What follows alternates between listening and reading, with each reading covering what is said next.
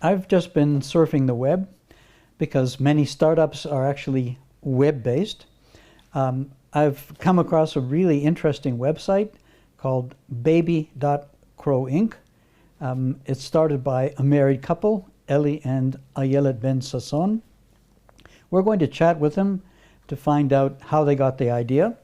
We'll learn that the idea came from something they themselves needed. They're parents of 4, including a young daughter, age 3.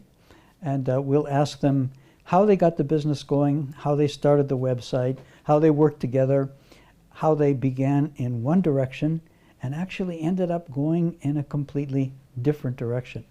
Let's meet the Ben Sasson couple. We're speaking with Professor Eli Ben Sasson, Professor of Computer Science here at the Technion, and Professor Ayelet Ben Sasson, who's in the Occupational Therapy Department at Haifa University. And of course, they're a married couple. The interview is part of our Coursera course on delivering ideas, how to implement an idea. So Eli and Ayelet, first of all, thanks a lot for coming to be interviewed. Thank you for having us. One of the key points that we make in this Coursera course is that one of the best ways to do market research is to use a market survey of one, and that is yourself. What do we need? What do I need? What do I want that doesn't exist out there? And then if I need it, if we need it, maybe many other people do also. And then, most important, make it happen. So you have 4 children, and the youngest is 3, I believe. Tell us about how you got the idea for your your product. And the product, we should say, is a mobile adaptable website, not an application, website. We'll give the URL on the screen for our viewers, for our students. It's called Baby.Crow Inc. It stands for Baby Crowd-Based Interactive Clustering. Tell us about how you got the idea and how you implemented it. You want to go first? Okay. So it has 2 parts to it. One is the personal aspect. Like you said, there is a market need for a website that would give parents a 24/7 support for their concern for their children. Parents are raising their children in communities, isolated from their family and neighbors. What was more common in past times now is more rare, and then parents find themselves, wondering, this is the first time I see a newborn. What is a newborn supposed to do? Is my newborn okay? Is my 1-year-old doing things on time? And you see online parents searching for this information in sort of an anonymous and non-professional communities. Right. And we thought to provide some answer to this great need of parents for a more evidence-based, crowd-based sort of information that is available freely and based on their own descriptions, their own narratives to their child's most important milestones. Ayelet, to become a computer scientist, you study for many years. To become an economist, you study for many years. What do you study to become a parent? And where do you get that information, right? It's a very lonely business sometimes, and scary with these little creatures. So definitely there seems to be a clear need out there. Mm-hmm. Mm-hmm. So lots of people have ideas, but you actually made it happen. How did that work? So we had this idea, and also there was the scientific motivation, which is we want to use this new tool of the web and crowd wisdom to take a different look at various social and psychological phenomena like child development. So that's another thing we wanted to explore. We started by basically getting really excellent programmers to start working on it. So I think we should explain something about the idea of crowdsourcing or wisdom of crowds. So the original book by James Surowiecki appeared in 2004 called The Wisdom of Crowds.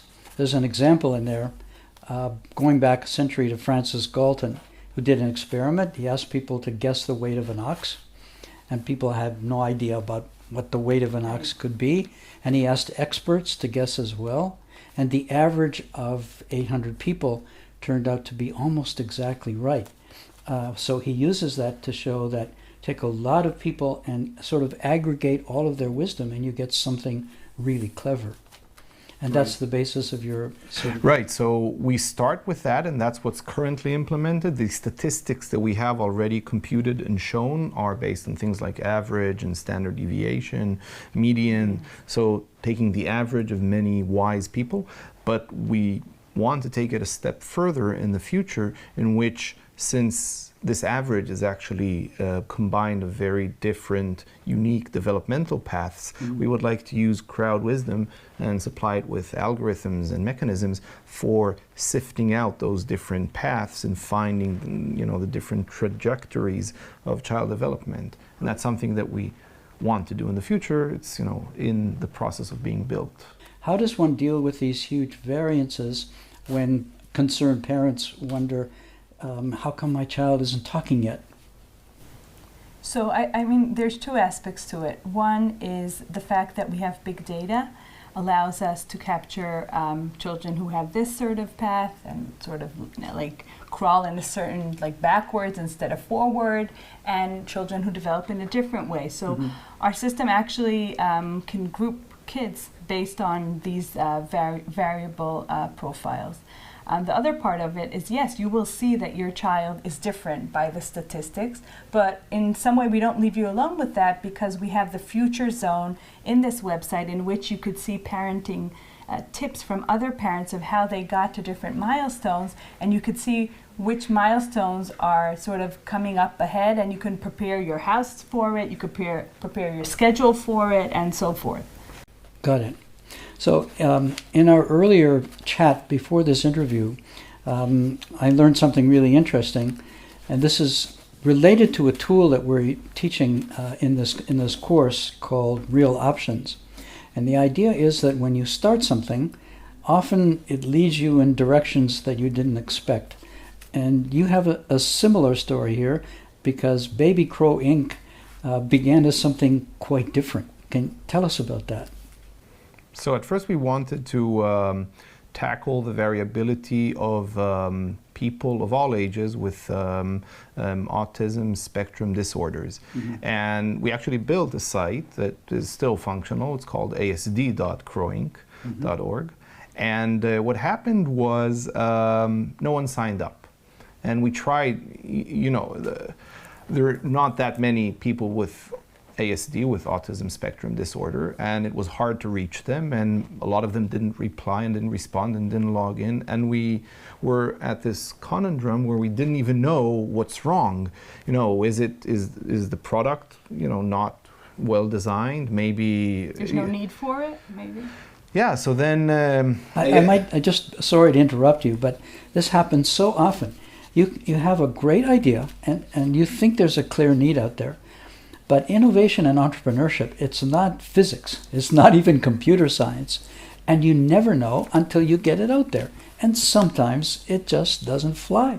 One of the values of your initiative, your website, is the data that you're going to generate, which is data on child development globally in many countries. This is another example, I think, of option value. That probably wasn't your original intention, but it's becoming clear. You now have 800 people on the website.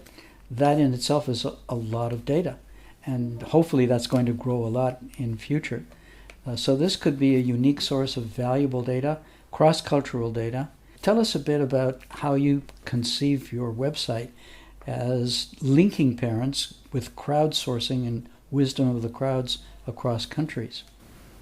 What's the value proposition? Yeah, so definitely there's going to be, right now you can see averages and see what typical children are doing without, knowing whether they're from your country or other places.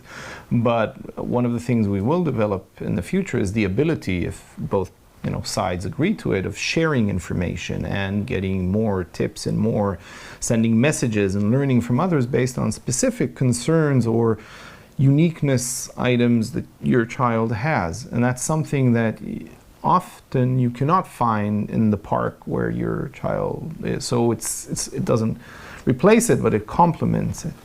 I want to say 2 points about that. First of all, that we're going to have an option of filtering by country, so you will actually be able to see statistics by more like people you more associate yourself with. Right. And the other thing is there are things that you won't tell in the park to other people. Like you might be concerned and leave it to yourself, and you might be more confident to do it on the internet. Let's talk about the business. So you started a website. One of the principles of entrepreneurship that we teach is called make meaning, not money. If you create value for people, the business eventually will take care of itself. If you start something to just try to make money without creating real value for people, probably not going to work. Do you have any business sense about your website? See, because you have 800 people using it now, that's a big number, creates valuable data, but you'd like to have 8,000, Right. 80,000, Right. but you don't have money to invest in marketing.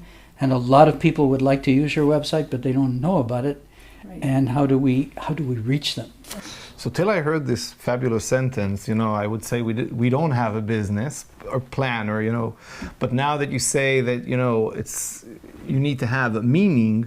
So I think we have a whole lot of meaning. I mean, the only thing we care about, and we discuss it in our meetings all the time, is how we have, I think, a very clear view of what we think this should be, and it's about science and development and understanding on a scientific basis, the variance and variability in child development. Mm-hmm. And that's, I think, a very important meaning and one that we strongly believe in. Now, I think, hearing your sentence, if this meaning actually resonates with others, then down the line we could worry or think about, monetizing it or how this value may be applicable to other things. But Yep. frankly, right now we're not there. So there are many possible models. You could have an advertising model. That would be a little tricky. But if a lot of parents view your site, parents buy an awful lot of things for children. But right now at this stage, it's probably not relevant. And I can tell you briefly the story of one of the world's biggest websites, Alibaba, which is a Chinese e-commerce site. And Jack Ma started it, had a principle of giving it away for free. And he did that for several years and was mocked widely because free is not a business model. But free actually is a powerful business model because on the web, you attract eyeballs and people.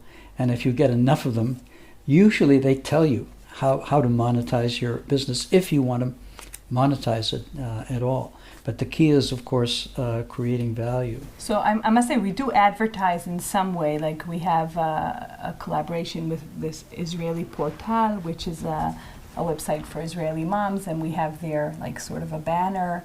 So we have used advertisement for increasing Our the user exposure base. of Right. our website. We are not and do not have any form of advertising on the site or Right. any other sort of monetary issue Yes. On the affecting site, it yeah. on the site. Sure. And it's not going to happen anytime soon. And of course, one of the most useful websites is Wikipedia. And the founder of Wikipedia refuses, despite the enticement of billions of dollars, Right. refuses to have any sort of advertising, Right. which would corrupt the whole idea. Yes, I think, there you go. Like, meaning is so important to him, and, we can all thank him for that. Mhm. So what is your vision for the future for Baby Crow Inc.? Your vision, I'll say mine. So, I mean, in terms of the product that we offer parents, I see in the future a website that can actually provide you reports. At different time points, you could actually get some output from it and not only see it like sort of as a static thing through your interaction. I see many more people using it as a social network, and we might be able to connect it to other social networks and make it like more integrated into them. So it's actually like, because they use a timeline in there and they put things, and they might have other timelines for their albums and for other things that they track about their family or their child, that they might be able to integrate it with it. Yes, good point. I think integrating with Facebook is possible direction that you could consider. And there may be another point here, another piece of your vision. In many countries, people have stopped having babies. And I visited such countries, and it's really awful. It's like being in an old folks' home. Maybe if you reduce the anxiety of parenthood, maybe this can help in some small way to increase children. That's a big vision. I'm not sure if I'm not sure if our website is going to help there. I wanted to say that one of the things that we would like to push forward which is bigger than just child development, is that currently a lot of the study in complex social and psychological phenomena is based on an expert writing down a certain test and then measuring a sample of the population and then analyzing the data. Whereas what we hope to have at some point is a process in which you go out there, you don't know what the data is, you ask the experts, which are in our case each and every parent, but tomorrow it could be each and every person with a certain disorder or discomfort or a social phenomena. You as an expert, what do you think are the important aspects? And this is already what Baby Kroink allows you to do. You're going to say what you think is important. So what Baby Kroink already allows you to do is it collects the important and significant data from the various experts. In the case of Baby Kroink, these are parents, and then has algorithms behind it that we will increase and enhance, that allow the crowd as a whole to understand the variance and variability in this interesting and important phenomena. So we hope that we'll have some better understanding of how to use crowd wisdom and siphon it and harness it to understand complex phenomena. This is really a new approach to psychology. Psychology is based on many different psychological tests. The tests are based on samples, and the sample creates a norm. But really what we'd like to do is have a population rather than a sample. Mm-hmm. And this possibly will make that happen. Our usual last question for our entrepreneurs: do you have any insights or wisdom that you want to share with our future entrepreneurs who want to do a startup? I would offer two that jump to my head. One is get really, really excellent, people on your team. And again, I just want to emphasize that we have these amazing programmers, really brilliant, Eden Sayag, Matan Yechieli, Gal Shachaf, Yael Schwartz, Gal Agmon. These are really an excellent team. That's tip number one. Okay. And don't compromise on that. Good. The second tip is that it's really easy to build things on the web and on the internet and on computers today because of open source code. Sharing. And everything is just out there, so you don't need a whole lot to get something up and running. So just try it. And you can bootstrap it. You can just do it rather than wait for some investor to come along and give you a big check. Hopefully one has to also thank and acknowledge, the scientific support, the research grants that we have. I'm not sure, I'm sure if it... We couldn't have done it without that funding. Yeah, if we had a day job, this wouldn't have happened. So, that's, this is months of work. It's not, a week and this website is up. So it's a lot of work. I don't know, how long is this, over? It's been going from over a year, with programmers working. So, it's not as easy. Okay, if you can go for a few months with your buddies without salary, then it's easy. But we're not the right ones to, we had it easy in the sense that we have grants funding it, so I don't think we're in the position to say, it's easy, just drop everything and, start something. Maybe others would be in a position to say that. Eli and Ayelet, thank you very much for the interview. Thank you. Thank you.